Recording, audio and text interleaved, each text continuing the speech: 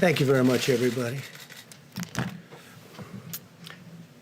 I'd like to begin by saying that we just completed a meeting with the Secretary of Treasury, Steve Mnuchin, and Secretary of Transportation, Elaine Chao, on proposals regarding the airlines and the airline business.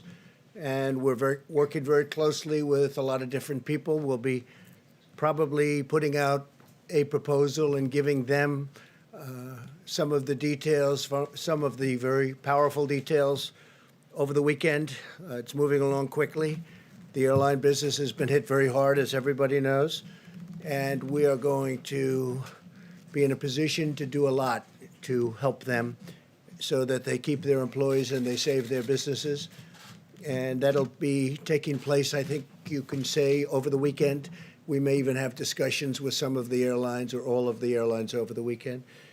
And I think it's going to be a very acceptable package. It's a very big package and a very acceptable package. It'll be good for our country, good for the airlines, good for a lot of people.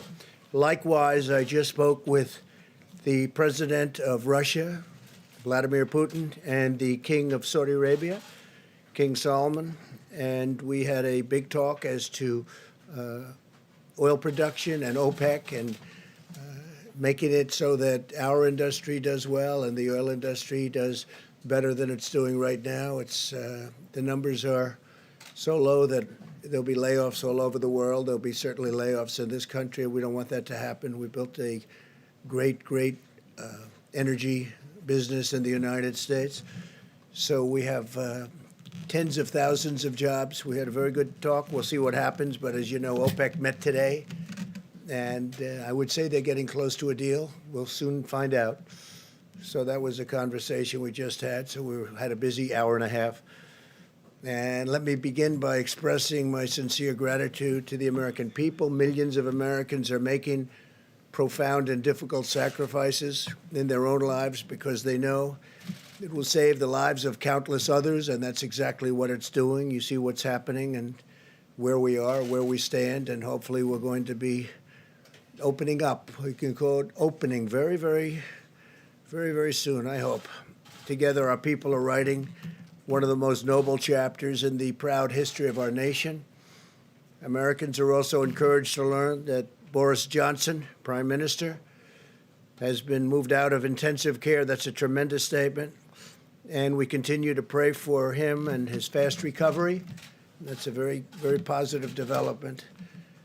As the New York metropolitan area continues its battle against the outbreak, the full power of the federal government is there to support them. As you know, the Javits Center has now been fully converted into a 3,000-bed hospital, one of the largest anywhere in the country. And by the incredible professionals, I have to say the Corps of Engineers, what they can do is just incredible. They've done a fantastic job, and they're building nationwide 21 temporary hospitals and care facilities, adding 17,000 hospital beds. And they did that all within a very short period of time. It's incredible what they've done. Army Corps of Engineers and FEMA has been fantastic. Our sweeping airlift operation to keep doctors and nurses supplied with protective equipment, Project Airbridge, continues to expand with more than 24 flights already completed and 49 additional flights now scheduled in the near future. So that's been very successful, and that gear and those outfits are being handed out. As they arrive, they're going directly to point. The American medical system continues to perform beyond our highest expectations, reminding us that the United States is blessed with the most advanced health care and the most skilled healthcare workers anywhere on the planet. Other countries are looking to what we're doing, and our testing operation has now become far and away the most sophisticated and the best anywhere. And we want to thank all of the heroes on the front lines as they fight to save American lives. We're at the top of the hill, pretty sure we're at the top of the hill, and now we're going downward. In some cases, we've already started that process. Earlier today, I spoke with hundreds of mental health leaders and advocates from around the country to discuss the vital work and the vital work they're doing. We had the top doctors in the country, some international doctors. Mental health, big factor. Not only has the virus inflicted immense physical suffering on many people, but also mental and emotional suffering as well. Even though we're staying physically apart, no American is alone, and we're all in this together. But the mental health doctors and experts, it's a very great call. It was a very interesting call. They're working very hard. We're also seeing encouraging signs in our race to develop breakthrough treatments and therapies.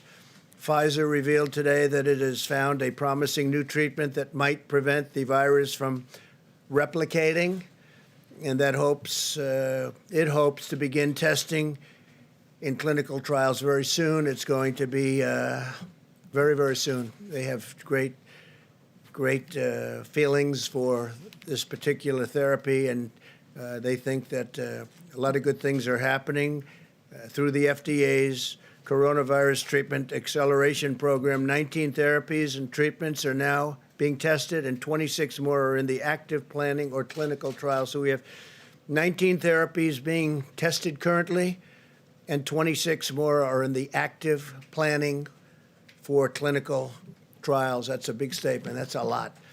Trials for Gilead's anti-rival drug remdesivir continue, and the company has also expanded emergency use for new patients, getting good early results, by the way. The companies that manufacture hydroxychloroquine are massively ramping up production. As you know, many people are recommending strongly Z-Pak be added, the Z-Pak, and also zinc. And the federal government continues to build our stockpiles and distribute millions of doses for doctors to use as they see fit. And I'm pleased to inform you we're just having a lot of good things are happening, but we'll have to see how that all works out. But we've purchased and we have stockpiled millions and millions of doses, and we're distributing it. Some states want it very badly. Michigan, we just sent a lot to Michigan and other areas. I'm reporting today that we passed 2 million tests completed in the United States, first time, most anywhere in the country. It's a milestone for our country. It's a milestone anywhere. Nobody's done anywhere close. Our tests are highly sophisticated and highly accurate. At the same time, we're making important progress on the economic front of this war. In a few moments, Secretary of Labor Eugene Scalia will explain new steps that we're taking to ensure American workers swiftly receive unemployment and paid leave benefits, and that employers protect the health and safety of all workers, including essential workers on the job, working very, very closely with workers and with employers. To provide further economic relief, the Federal Reserve announced this morning that it will provide up to $2.3 trillion in support to businesses, states, and local governments. $600 billion in loans will be available for mid-sized businesses with up to 10,000 employees, and $500 billion will be available for states, counties with over 2 million residents, and cities with a population of over 1 million. My administration is also working with Congress to replenish the very successful, incredibly successful, the way it's going, Paycheck Protection Program, which is allowing hundreds of thousands of small businesses to keep their workers on the payroll, meaning it'll keep those businesses open. We need both Democrats and Republicans to come together to get this the legislation completed, and it looks like it's on its way, but we need both. And it should be for people that are working, for the workers. And if you look and you see, we have a lot of people that are affected by that, and it's a very positive development. So we have to get a bipartisan approval of that, and hopefully that'll happen today. The Department of Education is also announcing the availability of more than $6 billion in emergency grant funding to assist college students impacted by the cancellation of classes and the suspension of housing. A lot of people had a lot of things suspended. Housing is one of them. Previously, we waived student loan payments for 6 months. So student loan payments have been waived for 6 months, and we'll discuss it after that, may go further. Although this medical war has separated our citizens for a period of time, it's also united our entire nation. I think I can say, like almost never before, Americans are moving forward with common purpose and shared resolve, determined to vanquish the virus and lift our nation to even greater heights. We are supremely confident in the magnificent future that awaits the American people. And with that, before I invite our Vice President, our great Vice President, and Gene Scalia to speak, we'll take a few questions, and then I'm going back into negotiations on oil and on airlines. Yeah, please. Conversation with President Putin and the King. Yeah, I had a very good conversation. Did you organize that call, and do they understand the problems they're causing with Yeah. the oil output? Yeah, situation? no, there's so much production, nobody even knows what to do with it. That's how it's working. And Saudi Arabia and, as you know, Russia, it's well known that we're producing a lot, and they were perhaps fighting with each other over the production and the amount of oil being produced. And frankly, there's not enough room to even store it. Our storage is now full, going to be very soon. Our strategic national storage is, I said, this is a great time to fill it up, load it up with oil that frankly is at pricing that nobody's ever seen before. I don't think we've seen this probably since the 1950s. That was with big dollars. So we'll see what happens. The conversation was very good. They're getting close to a deal. That's OPEC and many other countries outside of OPEC, and we'll see what happens. Are they still fighting with each No, other? I think they were getting along very well. We had a very good call. I think it was a very good call. We're going to see what happens, but it was a very good call. They'll probably announce something either today or tomorrow, one way or the other. Could be good, could be not so good, but I think one way or the other. Go ahead, Jim. Yeah, Mr. President, how could the administration discuss the possibility of reopening the country when the administration does not have an adequate nationwide testing system for this virus? Don't you need a nationwide testing No. system for the virus before you reopen the We have a country? great testing system. We have the best, right now, the best testing system in the world. But there are certain People can't get sections. tests right now. There are certain sections in the country that are in phenomenal shape already. Other sections are coming online, other sections are going down. And we, in addition to that, are giving out millions of tests, and every day we're doing it exponentially. We're picking up, and what we'll be doing in the very near future is going to certain areas of our country and do massive testing. It's not necessary, but it would be a good thing to have. Don't you need that, Go though, ahead. Mr. President, to make sure people are safe going back to work? You don't want to send people back to the workplace. We want to have it, and we're going to see if we have it. Do you need it? No. Is it a nice thing to do? Yes. We're talking about 325 million people, and that's not going to happen, as you can imagine. And no, it would never happen with anyone else either. Other countries do it, but they do it in a limited form. We'll probably be the leader of the pack. Please. Mr. President, what do you say to the 16 million Americans, more than 16 million Americans who have lost their jobs in the last 3 weeks, and fear that the economy won't just bounce back, like you said? Well, I think the economy is going to do very well. Now, that's just my feeling. It's a strong feeling. I've had good, proper feelings about a lot of things over the years, and I think we're going to do well. We're doing it looks like we're at the lower end of the curve in terms of death, which is a terrible word, a terrible dark word that we've experienced like nobody's ever seen before in this country. I mean, we have numbers that are terrible, but when you look at the lower levels of 100, lower prediction levels of 100, 120,000 to 220,000, or if we did nothing, up to 2.2 million people, we're looking at a much lower level than the level of, I hope, than the level of 100,000. So we're going to see.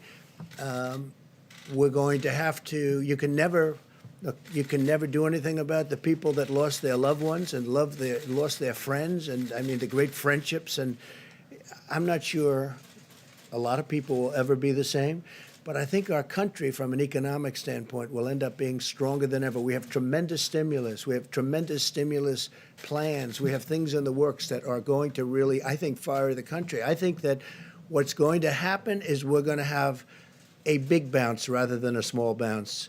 But we will be back, and I think, honestly, I think our country is going to be back from an economic standpoint. Again, you can never replace the people that were lost, and to their families, certainly you can never do a thing like that. But we will have succeeded in many ways, hopefully keeping the number way below our minimum numbers, and also from an economic standpoint. You know, we met with the mental health people today, and that takes this is taking a tremendous toll mentally on a lot of people. And I think we're going to open up strong. I think we're going to open up very successfully, and I'd like to say even more successfully than before. Please. Thank you, Mr. President. Oil is trading today at about $23 a barrel Yeah. in New York. Where would you want to see the price? Do you want it at $30, $40, $50 a barrel? Well, I want to see it where there's a certain market, but I also don't want to see it where people have no idea. You know, we'll be opening up areas for storage of oil, massive areas for storage of oil, because oil today is not selling. And what happened is the virus knocked out 40% of the market. Immediately, you know that, you know the number, 40%. Now, there was a lot of oil, but it was very controllable. All of a sudden, they lost 40%. You look at the roads, you look at the car, you look at what's going on. There's nobody driving. There's no reason for it right now. That'll start coming back. But we are storing millions of barrels of oil that nobody thought would even be possible. Frankly, ships turned out to be a good business for some people because they're filling up tankers, sending them out to sea and not saying where to go. They're just sitting out there loaded up with oil. So we want to save our energy in this country. We want to make sure that our energy companies, businesses, and employees, workers, remain strong. So that's how I'm involved. And I think that's going to happen. So right now, if you look, you're probably talking 23, 25. If they announce a deal, we can get it up. We need a minimum number so the companies don't go out of business. So they're not going to lay off all of these energy workers who are important to our country. And, you know, we're now energy independent. We could do something where we only used our oil. But I think the long-term benefit is to be able to just go with the market. And it's going to work out. It's all going to work out. If you looked at 3 weeks ago, as you know, as we talked about it, 3 weeks ago and 2 weeks ago, this was catastrophic. I think it's really hitting bottom, and I think that, I mean, we've had a bottom, but now at $23 and $25 and probably heading up. At the same time, we save our energy, and we also produce great, cheap energy, and we save our jobs. Yeah. I want to ask you about the Paycheck Protection Program, because every day we're hearing from small business owners who are telling us that their banks don't know how to access this money, they're trying to apply, they can't figure it out. So where does the fault lie? Does it lie with the banks? I don't think there's a fault. They're doing record numbers of dollars. They're dealing with many community banks. They're dealing with Bank of America, Citibank, a lot of Wells Fargo, as you know, is very much involved. And they're dealing with the bankers. Can't go that quickly, but I'm hearing it's a very, very successful rollout. They did want changes in applications. They want changes in loan requirements, et cetera. But they're taking billions and billions of dollars worth of loans. And in the very near future, the banks will be relieving the money. They'll be paying out the money. Yeah, please. Sure. Are you still expecting the USMCA to take effect on July 1st? And considering the fact that the auto industry is hurting these days, are you ready to postpone the Well, we have a application of the deal. new rules? Yeah, the deal is with Canada. The deal is with Mexico. We have a deal. And obviously, the deal is different from the standpoint that production will be lower. But we have a deal. It's a signed deal. It's a deal that's one of the worst deals that we've ever had was NAFTA, one of the worst trade deals ever made by any country anywhere. We'll be terminating that. And the new deal is a great deal for our country. So that's something. Now, again, we get hit by the virus, and we'll see where that all goes. But certainly car production is going to be down for a little while. But ultimately, good for our farmers, great for our farmers. We'll be helping our farmers, by the way. We have money going out to our farmers in the pretty near future having to do with, you see what's happened. The farmers got hurt very badly by all of this. People are eating less from the standpoint that there's no restaurants are open, no businesses are open, no hotels are open. They'll start to come back. But we're going to be helping out our farmers. Yeah, please. Postpone the new auto ahead. regulations. Thank you, sir. Philip Wegman, Real Clear Politics. Earlier, you mentioned Project Skybridge, and Yeah. we're hearing that through that project, a lot of the PPE that was sent out to other countries is coming back to this country. Do you know when we'll be able to bring a majority of that back? And then, are you frustrated that USAID allowed a lot of that aid to go out the door in the first place? Should they have brought it back? I'm not, before? because we're in very good shape. You'll be speaking with Mike Pence about this in a little while. You look at the hospitals, you look at what's going on. Yesterday I spoke with the governor of Louisiana. I'm saying, do you think we need that extra 1,000 beds that we're in the process of building? We are really in good shape. You're not hearing people are needing ventilators much. In fact, we're going to start helping other countries with ventilators. We're going to end up having a lot of ventilators for future should something happen for hospitals, ideally to keep and have. But no, I think we're in very, very good shape. We have calls with governors all the time, and the governor's in very good shape now. We have sent billions and billions and billions of dollars between ventilators, equipment, protective equipment, masks. We have 500 million masks coming. 500 million from one group. 500. It'll be 300 million and 200 million over a short period of time. No, I think we're in very good shape. Please. President, speaking of testing, some experts, including Scott Gottlieb, have talked about 750,000 tests per week being needed before the economy is opened. Can you address that? Do you agree with those numbers? If not, how many tests per week do you think we should have before the economy is open? I don't like using the word needed because I don't think it's needed, but I think we're going to try and hit a number like that. That's a very high number, but we're going to be trying to hit it. And we probably might be able to do that. Please, go ahead. Prove that, sir. Go ahead, please. Thank you, Mr. President. Today, the Democrats pushed for more rescue money for states and hospitals, which are complaining that they need it to fight the coronavirus pandemic. Do you think hospitals and states need this money? Would you support? I do, something and like I that? do support something, but I support it for the next phase.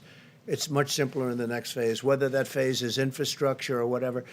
So I'm going to leave you now with Mike Pence and with Eugene Scalia, and if you would, I look forward to seeing you tomorrow. We'll see you tomorrow. We have I think a lot of very big news to report. We've had a tremendous day between, I believe, what's happening with the energy industry, and I believe what's happening with airlines.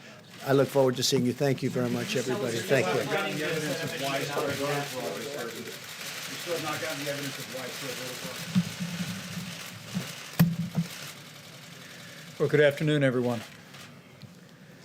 At the present moment, we have now cleared more than 2 million tests across the country. And I'm pleased to report we're testing more than 100,000 people a day now. But we're working around the clock to scale up the new types of tests that the FDA has approved in record time. And every American can be confident that we'll continue to build out that structure going forward for the weeks ahead and the months ahead. At the present moment, there's more than 450,000 Americans who have tested positive for the coronavirus, and sadly, more than 16,000 Americans have lost their lives.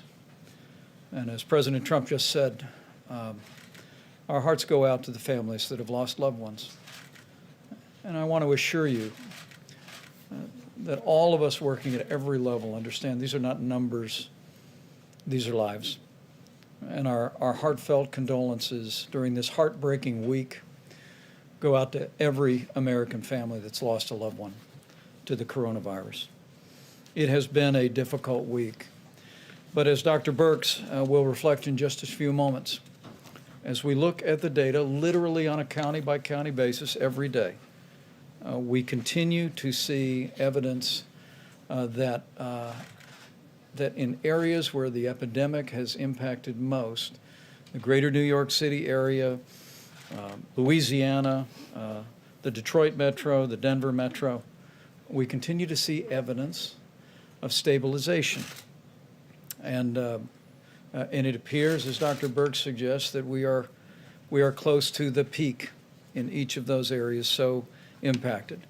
We also express gratitude and appreciation for the people of California and Washington State, who continue to be low and steady in the number of cases that are emerging there.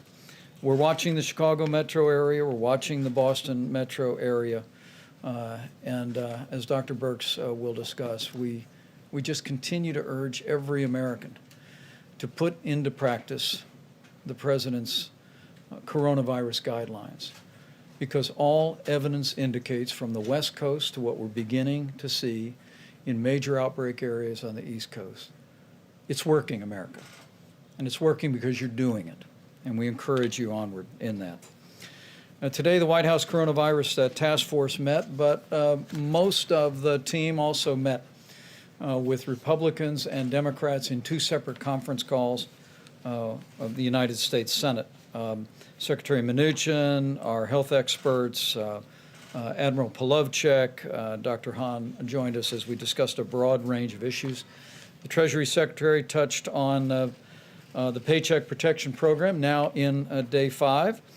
Reporting $125 billion has been approved so far. 30,000 new individual users and 3,900 lenders are participating. We also discussed that the Treasury Department will issue a new frequently asked question document tonight, an FAQ as they're known, to clarify how seasonal businesses can participate in the Paycheck Protection Program as well. With regard to direct payments to Americans, the Treasury Secretary assured senators, and we assure every American, that we remain on the timetable where the first payments in direct deposits will go out by the end of next week. For the average family of 4, that'll be $3,400 in direct financial support, and will no doubt be welcome news. Anyone who is interested in additional information on any of these programs can go to treasury.gov or sba.gov. Since we last spoke, I spoke with Governor Laura Kelly of Kansas, Governor Andy Beshear of Kentucky, also spoke to governors of Texas and Rhode Island. I assured each one of them, as we continue to work through the process of making sure that we distribute the resources at the point of the need, is that at President Trump's direction, our objective working through FEMA is to make sure that states have what they need when they need it. And to see the progress that we've made, the President just reflected on in New York and New Jersey, Louisiana, and the partnership we forged with governors in those states, California and Washington State before. We trust gives confidence to governors and leaders of states across the country, most importantly our dedicated healthcare workers, that we will be there to meet that need should that need arise. At the present moment, FEMA reports the President has approved 54 major disaster declarations, and states around the country have stood up 29,000 National Guard, 11,000 of which are fully funded by the federal government under Title 32. Also, speaking of our military, at the present moment, we received a report today from the Department of Defense that 4,100 active duty military medical personnel have been deployed in New York, New Jersey, and Connecticut. And they are personnel that are working on the ground at the Javits Center, working, of course, at the USNS Comfort ship. But because at the present moment, the utilization of both of those temporary facilities has been fairly modest. The DOD actually worked with the city of New York to establish what amounts to a uniform temp service. They call it the bullpen. And today they literally deployed from the ship and from the Javits Center 75 medical personnel to relieve dedicated healthcare workers within the hospital system in the city of New York, and we'll continue to do that. We're going to make sure those federal temporary hospital and Javits Center is fully staffed. We'll make sure the USNS Comfort is staffed, but the physicians, those military personnel, are going to also be deployed across the city to bring much-needed relief to our healthcare workers in our system. From the VA standpoint, we've opened up VA facilities in New York City, East Orange, New Jersey, Detroit, Michigan, and we are opening up the VA facility to coronavirus patients in Shreveport, Louisiana. Finally, I mentioned that today we exceeded more than 2 million tests that have been performed across the country. And also, literally, working with the U.S. Public Health Service, states around the country have stood up hundreds of drive-through testing sites. And just this week, FEMA and the U.S. Public Health Service announced that we will give an option to states to transition from a federal testing site, dozens of which have been assembled around the country, to a state-managed site. I want to emphasize that this is an option. We believe it gives states greater flexibility to style sites or manage sites in areas that they think are most important. But we're also processing requests for continued federal participation in states from New Jersey to Louisiana to Illinois, Colorado, and Texas.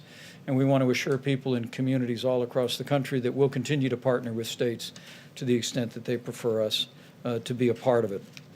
With regard to the air bridge, 3 flights were scheduled to arrive today in Chicago, New York, and Dallas-Fort Worth. 49 flights are scheduled over the next 3 days.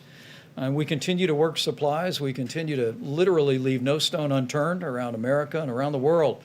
We're literally in the process of acquiring tens of millions of supplies that are being brought into a distribution system organized out of FEMA and focused on the areas most in need. We're also bringing real innovation, and at the White House Coronavirus Task Force today, we tasked the FDA and CMS to review the feasibility of allowing hospital workers to use cloth gowns for performing procedures. It was observed that 20 years ago, most physicians and most surgeons wore cloth gowns every day and laundered them, but it's transitioned to disposable gowns, and we're working very rapidly in the next 24 hours, and we'll have guidance for hospitals and healthcare workers about the ability to in effect, recycle gowns and make sure that we have the supplies that we need. As the President mentioned today, the President and the First Lady and I and my wife Karen were honored to be a part of a conference call with mental health professionals from all around the country. And we know while there are families that are struggling with the coronavirus and struggling with heartbreaking loss to the coronavirus, we understand this is a very challenging time for every American, but most especially Americans who struggle with mental disorders or struggle with addiction. And the President brought some incredibly dedicated people together to make sure that they know we're with them. Early on, the President expanded access to telemedicine, and we've also issued guidance for using technology to remain connected to social support groups. And we just urge everyone who may be feeling an emotional burden or a vulnerability during this time to reach out to the many resources that are there and to know that you're not alone, that we're with you, and we'll get through this, and we'll get through this together. So despite heartbreaking losses that continue this week in communities from New York to New Jersey to Louisiana, there are signs of progress and hope abounds. The reality is that we see new projections from the experts. And if the projections are right, it's because it's working, America. It's because the American people are putting into practice the social distancing, caring for their neighbors and their loved ones and their family members, and putting their health first. And we just want to urge every American to continue to put those principles and guidelines into practice every day. With that, I'm going to invite Dr. Deborah Birx up for an update. And Dr. Fauci will hear from the Secretary of Labor, and we'll take a few questions. Thank you, Mr. Vice President. So I wanted to cover today not only what we're seeing across the United States, but some of the testing data to assure from the prior question, if we're testing, I'm sure you're following our numbers every day, and the amount we're going up, about 118,000 to 120,000 per day are being tested. So we're way over the 750,000 per week currently. We have some statistics. Now remember, we required this, thanks to Congress, to be reported. We have about 75% of that test data in now. About 1.5 million of those tests have been reported in. I just wanted to give you some ideas because sometimes we think that we're only testing in the hospitals, that this should give you an idea of the quantity and the types of tests that have occurred. So we've tested over 200,000 young people up to age 25. They have about 11% positivity rate. Over 500,000 people between 25 and 45.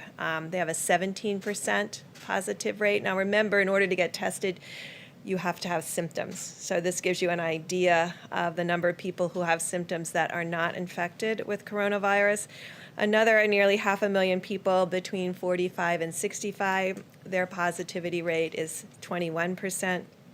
Another nearly 200,000 between 65 and 85, 22% positive, and a small group of about 30+ thousand individuals over 85, and they have a 24% positivity rate. And so this gives you an idea of we're testing throughout all age categories. I see a lot of men in the audience today. I just want to remind them about the importance of health care. Of the male-female ratio, 56% of the people who are tested are female, 16% positive, 44% male, 23% positive. So again, it gives you an idea about how men often don't present in the healthcare delivery system until they have greater symptomatology. This is to all of our men out there, no matter what age group. If you have symptoms, you should be tested and make sure that you are tested. We appreciate you engaging in that, and also really recognizing the issues about comorbidities and making sure that we're addressing those. I had a series of great calls with about 17 states that are in our more rural areas, specifically around our indigenous people and tribal nations. It was a very reassuring call, and we are testing across the country. We do have about 63% of states that have less than 10% positive despite significant testing.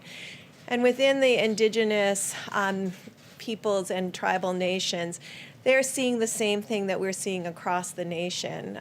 Increased issues among those with comorbidities and those of elderly, but also issues in nursing homes. And so they are testing, many of these states are still capable of doing full contact tracing.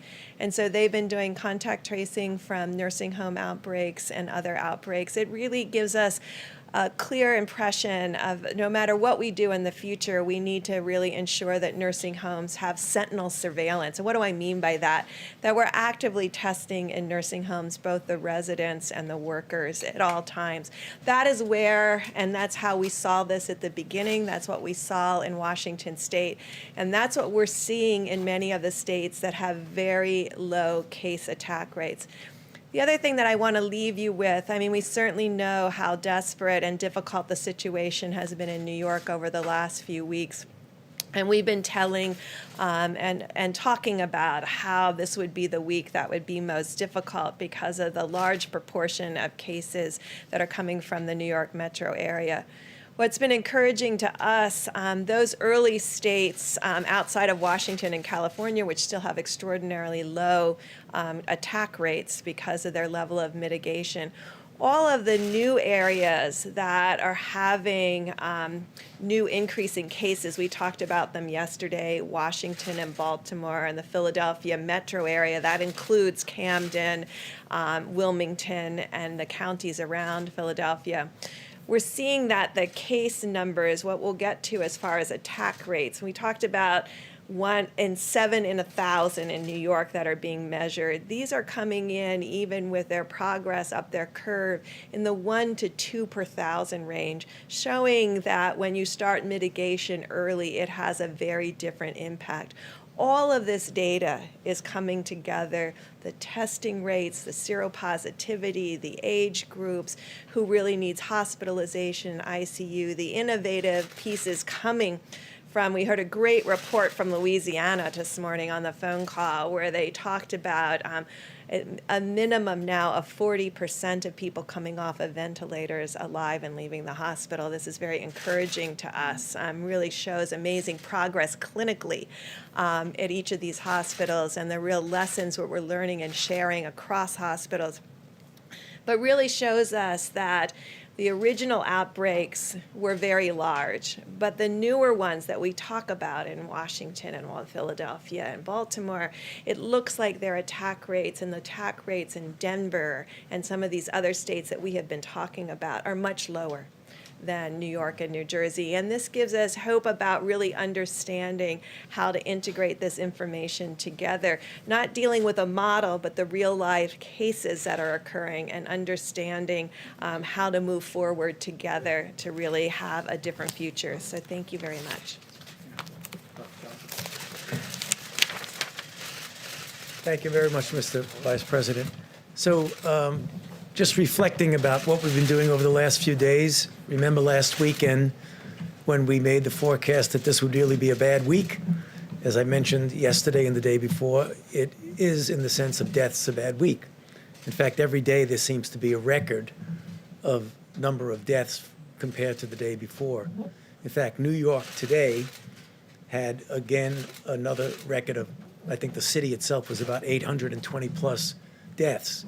But what we were predicting with the increase and the real adherence to the physical separation, the guidelines that the Vice President talks about, the physical separation, at the same time as we're seeing the increase in deaths, we're seeing rather dramatic decrease in the need for hospitalizations. Like I think yesterday was something like 200 new hospitalizations, and it's been as high as 1,400 at any given time. So that is going in the right direction. I say that, and I always remind myself when I say that, that means that what we are doing is working, and therefore we need to continue to do it. I know I sound like a broken record. That's good. I want to sound like a broken record. Let's just keep doing it. I get questions a lot, Dr. Birx and I, about these numbers, the projections that you went with from 100,000, 200,000, now down to 60,000. That's a sign that when, as I keep saying, when you take the data you have and you reinsert it into the model modifies. Data is real, model is hypothesis, okay? So that's what you have to do, and that's what I think we're seeing. The other thing that's some just broad general good news from the standpoint of a scientific standpoint, that there are a lot of candidate potential therapeutics that are going into clinical trials now that we're sponsoring at the NIH, the kinds of clinical trials that will give us the answer. Are they safe? Are they effective? And just what is the capability of using them under what circumstances, as prophylaxis, as treatment, in early disease, in late disease. So as the time goes by and we have the public health measures to try and contain this, we're doing an awful lot from a scientific standpoint so that when we do get to next year, next fall, next winter, hopefully we'll have something that we can offer in addition to the very important public health measures. So I'll be happy to answer questions later. Mr. Secretary.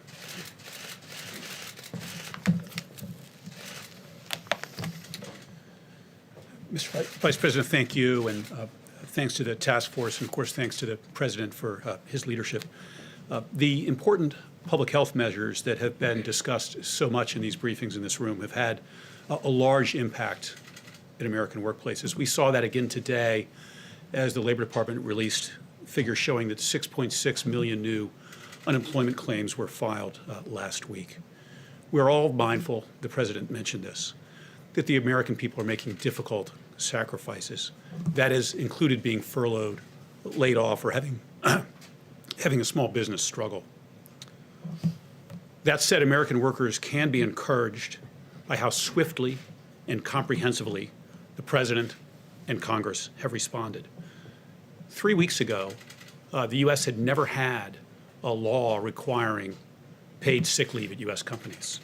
But 3 weeks ago, the President signed the Families First Coronavirus Response Act, which did provide paid sick leave, as well as expanded family and medical leave for employees at small businesses, with those small businesses being reimbursed dollar for dollar for having provided that leave. Last week, we at the Labor Department issued rules to implement these leave requirements of the Families First Act, and we've been in near constant contact with employers and employees to help them understand the law, and in a number of cases already, to help workers get the leave that they were entitled to. Another unprecedented benefit for workers was provided in the CARES Act less than 2 weeks ago. That law, as you know, includes a $600 a week plus-up to unemployment benefits that are provided by the states. We have millions of unemployed Americans who are making a sacrifice for our national well-being. These bonus payments, and they're unprecedented, the government has never provided a plus-up unemployment payment like this. These payments are intended to make those workers whole as near we can. This temporary benefit is available not just to employees, but also to the self-employed and gig economy workers. Before the President signed the CARES Act, Gig workers, independent contractors were not available for unemployment compensation. Today they are. At the department, our team has worked day and night to enable states to make this benefit available. I'm pleased that a number of states are now making those $600 additional weekly payments. More states will follow in the coming days. How long it takes will vary by states. Some states' systems will take longer. But we at the department will continue to support them. We have already dispersed $500 million to states to help them with their systems and making these payments. We have another $500 million that we're ready to release. And for workers who don't get this benefit when it's first due them, states will be able to catch them up later when their computer systems are able to make these payments. Let me add that we're also mindful at the Labor Department that many Americans remain in the workplace, including on the front lines in our hospitals, as well as our emergency responders. My department's Occupational Safety and Health Administration, or OSHA, has been providing guidance to employers and employees on coronavirus since the early days of this health emergency. We are fielding and responding to calls from workers worried about their health, and sometimes from workers who believe they've been illegally disciplined by their employer for expressing health concerns. We will not tolerate retaliation. OSHA will continue to work with workers and employers to keep workplaces safe, using all the tools available to us, including enforcement if needed. I wanted to finish by commenting on the Paycheck Protection Program, which we heard about earlier, run by the Small Business Administration. This, of course, is loans to small businesses to enable them to meet certain costs, including utilities, rent, and, most important from my perspective, payroll. As you know, if these companies receiving the loans keep their workers on payroll, these loans are largely forgivable. Here's why that program is so important from my perspective. We're seeing unemployment filings right now of the like that we've never seen before. But these numbers aren't the result of an underlying weakness to our economy. Our economy has been vibrant, incredibly strong just weeks ago. If, as we've heard again today, if we are disciplined now and adhere carefully to the guidance being provided by health authorities, we'll get that economy back. The President spoke at the State of the Union of the blue-collar boom we are experiencing. We want to lay the groundwork now for a blue-collar bounce back. We'll get there in part by helping companies hold on to their workers, which is what the Paycheck Protection Program does. Keep them on payroll so that when businesses are ready to reopen, they have the workers they need and Americans have jobs. We will continue at the department, and I know here at the White House, to be laser focused on American workers and jobs until this is done. So thank you very much. Very well done. Thank you. Great job. Great. We'll take a few questions. Yes, please. Mr. Vice President, a question for you and then a question for Dr. Birx or Dr. Fauci. Just to clarify, on the federal funding for testing sites in the states, are you saying that federal funding will remain for those sites and will it remain at its current levels? It's not merely federal funding, but in many cases we provided personnel from the U.S. Public Health Service and also flowed supplies, personal protective equipment that was required for some of the early forms of testing, but it's less required today with new formats for testing. But it is an option, and as I've made clear to several governors, we'll continue to partner with our states. But I have to tell you that the way states step forward with the concept of drive-through and community-based testing is really inspiring. For our part, working with FEMA and our great team at the U.S. Public Health Service, we've stood up some nearly 50 different drive-through test sites around the country, but literally there are hundreds that have been deployed by states and by hospitals and local healthcare providers. But in this instance, we wanted to at least give them the option to take control of that, but we'll continue to resource them with personnel, supplies, and any other support that they need going forward. And then just a question for the doctors. I'm curious, did you see this information out of the CDC in South Korea today that shows that they're seeing evidence of reinfection in some people who had been cured of coronavirus? And what does that mean for our understanding of this? Have you seen that? I'm not aware of what you're speaking about now, but clearly there have been anecdotal mentioning of what appeared to be reinfection. You have to really be very careful when you say reinfection, because and we were dealing with this with even Ebola back during the Ebola time, that someone might still, when someone does a test on them, do a PCR on a body fluid of some sort and be able to detect what are likely nucleotides that are not replication competent.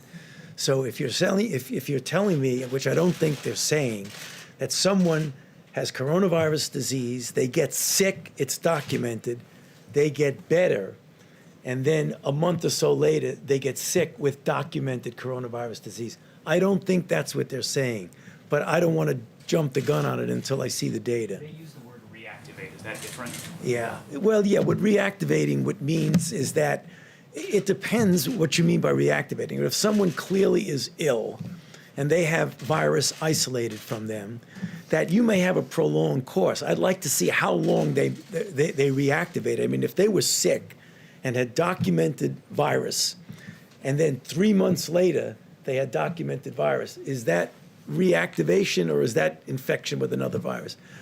I'd like to see the data before I really comment on that. Yeah. Dr. Fauci, I wanted to ask about medical criteria. You had a discussion with Dr. Birx and the other public health experts on Tuesday, I understand.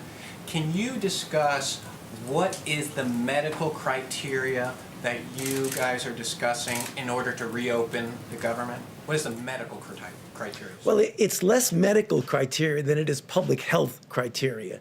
And that is, and I think it's really important because often people say reopen the government like it's a light switch that goes on and off for the entire country. We have a very large country with really different patterns of disease and outbreaks in different parts of the country. So it's not going to be a one-size-fits-all. It's going to be, what is the kinetics of an outbreak? Is it on the way down? Is it essentially out? Is it still smoldering and possibly going up? I think you're going to have to take it individually.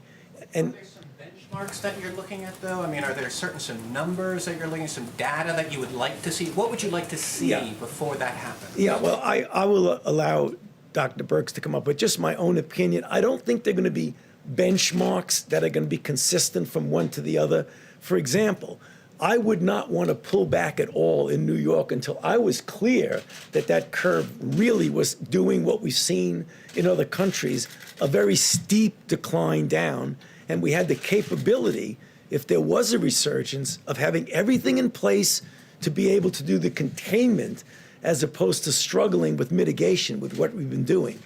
That's different than a relatively smaller city, town, or whatever you, in the Midwest or mountain regions, which is generally very well controlled. What I would want to see, do we have the capability of doing the isolation, contact tracing, and suppression of it? So it really varies differently. So I don't think there's one medical criteria. But Deb, if you want to speak to it. Thank you. It's what I tried to cover in the brief presentation I gave. In talking to the 17 states that have indigenous populations and tribal nations and discussing with them what they were doing generally and what they were doing specifically through the Indian Health Service, they discussed the ability to find new cases and doing full contact tracing. And so they have strike teams. They are very well organized. You don't hear about them every day, and that's why I wanted to call them out. They are really doing amazing work at their public health institutions with their governors and their mayors, and they are in full contact tracing.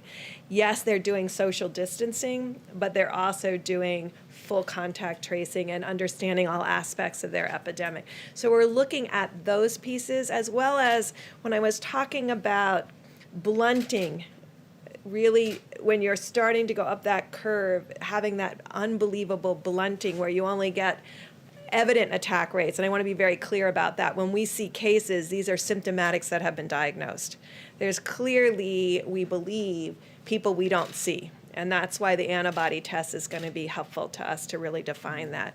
So those are the pieces that we're bringing together to really analyze that. I did want to say the president talks about the 150 plus countries that are experience what we're experiencing. I just wanted to do a call out. We have Americans around the world in every embassy that are working with those countries now. This scarf came from Africa. It's one of my public health colleagues there. I just want to recognize the public health colleagues around the world who are doing all of this work together to change the course in their epidemics in every single country around the globe. Let me go to another question if I can, but in response to that, just so you know, what the president's tasked us to do is there's a number of working groups and that are looking at not only how do we reopen the country, but how do we stay open, and and I think most of America knows that no one wants to reopen America more than President Donald Trump, but the president's told us we need to do it responsibly, and we're going to follow the data. We're literally following the data on a county-by-county basis. This morning, we were literally presented with information of each county that had more than 100 new cases and had, went in the other direction, had, less than 100 than the day before. It's really remarkable. And so I think what you hear the health experts saying will inform the president's decision and timing. But make no mistake about it, that the best thing we can do to reopen America is put the coronavirus behind us, to reach the end of that curve with as little loss of life or hardship as possible, to have in place that we soon believe we will, the kind of therapeutics, I call them medicines that make you feel better, by this summer, to have more widespread testing that we're scaling up each and every day, and also to have the kind of guidance that the CDC is even now developing for businesses large and small, for families and for schools, for that day that we do reopen America. Question? Go ahead. I'm going to ask one more follow-up to the doctor. So it touches on this question of when to lean back on mitigation. There is a study out of Los Alamos this week that I hope you've seen. It's on the CDC website that looks at this question of R naught, which is a technical term that you understand that has to do with the reproductive rate of the virus. The study shows that the R naught for coronavirus isn't between 2 and 3, as had been thought before, but it's actually closer to 6, which means that one person on average is infecting 6 others. So with this information, how does that impact the model? How can you begin to think about when to reopen society if it's more contagious than we thought before? Well, I can tell you as the layperson on the stage, Go for it. we have known from the beginning that this is at least 3 times more contagious than the flu. And I believe that fact alone has informed our projections and the modeling, but now I'll let the experts respond. I'll go quickly and then we'll tag team together. So when we've been talking about the asymptomatic group, and that's why I gave you that testing data where 11% of young people under 25 were positive, many of them very low-grade symptoms. What we will be triangulating for you is the testing data with hospital admissions, and then you'll be able to start seeing spectrum of disease. Because what you're not seeing in spectrum of disease is people who never even think that this is something significant, that what they have. We're seeing the significant cases. In testing, you can see that we're getting a lot of people in with symptoms who aren't positive. And so really finding out what is the R naught. Is it 6? Is it 5? And the only way to do that at this point right now is to get the antibody tests out there and go into these places that had significant disease. When we talk about attack rates of 7 per 1,000 like New York and 5 per 1,000 in New Jersey, and test the healthcare workers, the first responders, all of the nursing homes for antibody, and really get to your question. Because right now it's still theoretic. We understand they're modeling this, and we will get the data to actually look at that. You will see what others have been presenting, so you presented the 6. What others are presenting, importantly, is they're modeling what's happening with mitigation, and they're publishing that the R naught with mitigation is approaching like 1.3 and 1.5. So that, think of what that is. If it was 6, and then with mitigation, we have it into the 1s, that really shows the power of the American people. No one has varied R naughts like that without a vaccine. But this is what's happening with really the power of the American people, Tony. Ditto to everything that Dr. Burke said, but I couldn't help but thinking when you talk about, you know what the worst enemy of an R naught is? Physical separation. How about one more? But do we have One more. Go right do we have ahead. testing capacity in the country right now to reopen in the foreseeable future? I mean, because the president talked about 2 million tests. Are we going to have the testing capacity needed to make Americans feel comfortable going back into their workplaces? I mean, it seems to me that is a pretty critical question at this point. People are not going to want to go back to work if they think their coworkers might be carrying the virus. If we're not testing enough, how do we know it's safe to go back? Well, I think the American people see the incredible progress that's been made after President Trump brought in the largest commercial labs in the world to scale testing, the likes of which we've seen. We are, as Dr. Burke said, well over 100,000 Americans being tested every single day. We have an antibody test that is coming online. Abbott Laboratories literally has thousands of machines across the country. We're working with hospitals and labs around the country to activate those machines for the 15-minute test. Do we have enough testing right now? Well, let me say we're moving every day toward meeting that moment. But let's be clear: reopening the country, as the president is very anxious to do at the earliest responsible moment, will be through a combination of facts. First would be that we are at the end of the coronavirus for most major communities. Another piece of that is that we have therapeutics for Americans to take medicines if they contract the disease. Another piece of that is guidance from the CDC to public institutions, to businesses large and small, about how to conduct themselves in a safe and a responsible way. And testing is also a piece of that. And as Admiral Joie has reflected, we are spending a great deal of time expanding testing today. Every single day, there's more and more tests across the country.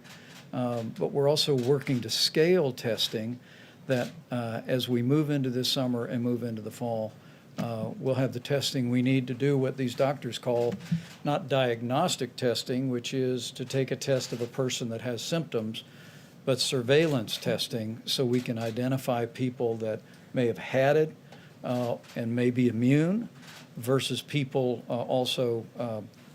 people that we just need to know whether or not they were ever exposed or and were not exposed. How about one more quick question here, if I can?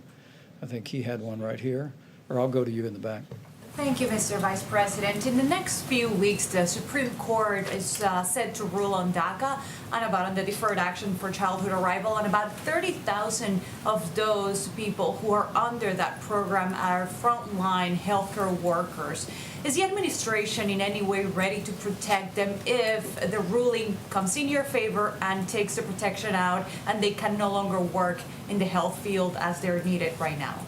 Well, I think the president's been very clear on his desire to reach a solution on that issue with the Congress. But let me say, whether it be healthcare workers or people working in food supply, other people working in critical infrastructure, we're incredibly inspired by the way people across this country are stepping up to keep healthcare rolling and available. A high quality of care, even in areas deeply impacted by the coronavirus. And also, as we said the other day, hardworking people in our food supply, from the farmers to processors, to distributors, to truck drivers, to grocers. We received a good word that over the last several days, we've actually seen a significant drop with one major company in absenteeism.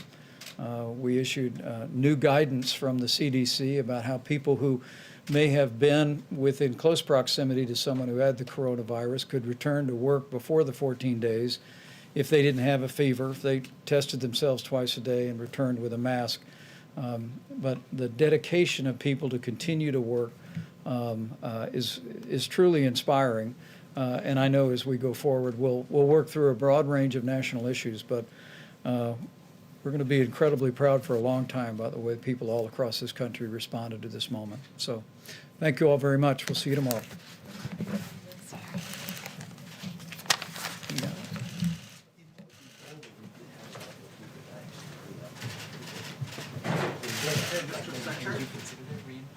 No,